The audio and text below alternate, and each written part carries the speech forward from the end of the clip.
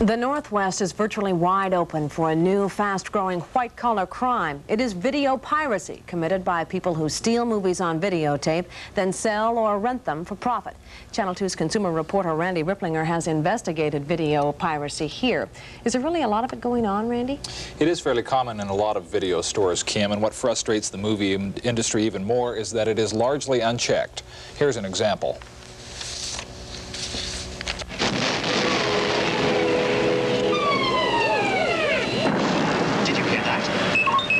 Shut down the main reactor. We'll be destroyed for sure.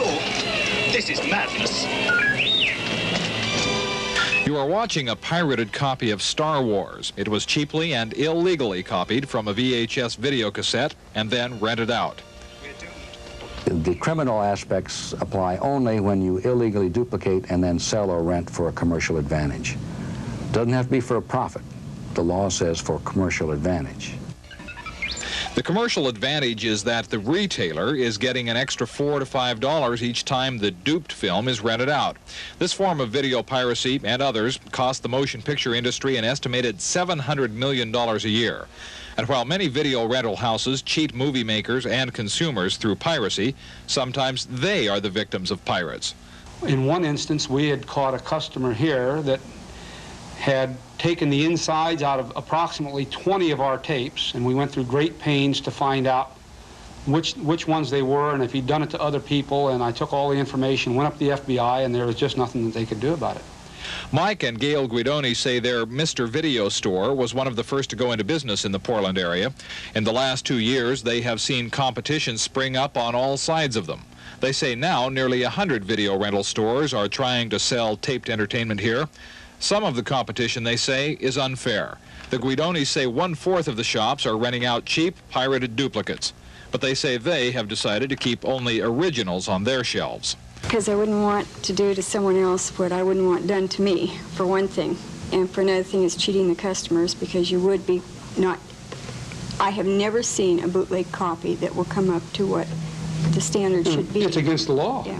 We know that our competition, and we know of some of the stores that do. Do what? Dub tapes and rent them out. To track down illegal duplicates, we rented 16 movies from 9 different stores, all popular titles. By looking for certain codes placed on the cassettes by the legitimate distributors and checking labels, we determined that one of our rentals was a forgery. At first glance, it appeared to be a pretty good copy, but even home video recorders can make fairly good duplicates these days. But in comparing the original tape of Star Wars on the left with the pirated copy on the right, the copy shows more video noise or graininess. The bootleg copy came from JR's Video Den at Southeast 39th and Holgate. Manager Judy Goldhammer has several Star Wars tapes here with the same fraudulent labels. Did you dub the tape, or do you know who did?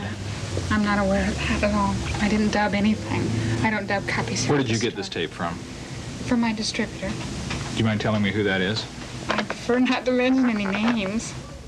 Judging from the number of complaints about video houses renting out duplicate tapes, JR's is undoubtedly not the only place doing it. But federal agents say they aren't interested in prosecuting such small cases. The film industry says that makes the piracy problem even worse in the Northwest. And tomorrow we'll have a look at an organization, Kim, that is going after some of those video pirates. Okay, and you checked out all those movies, I assume. Well, we checked them to make sure they weren't duplicates, you know. Okay. Thanks, Randy.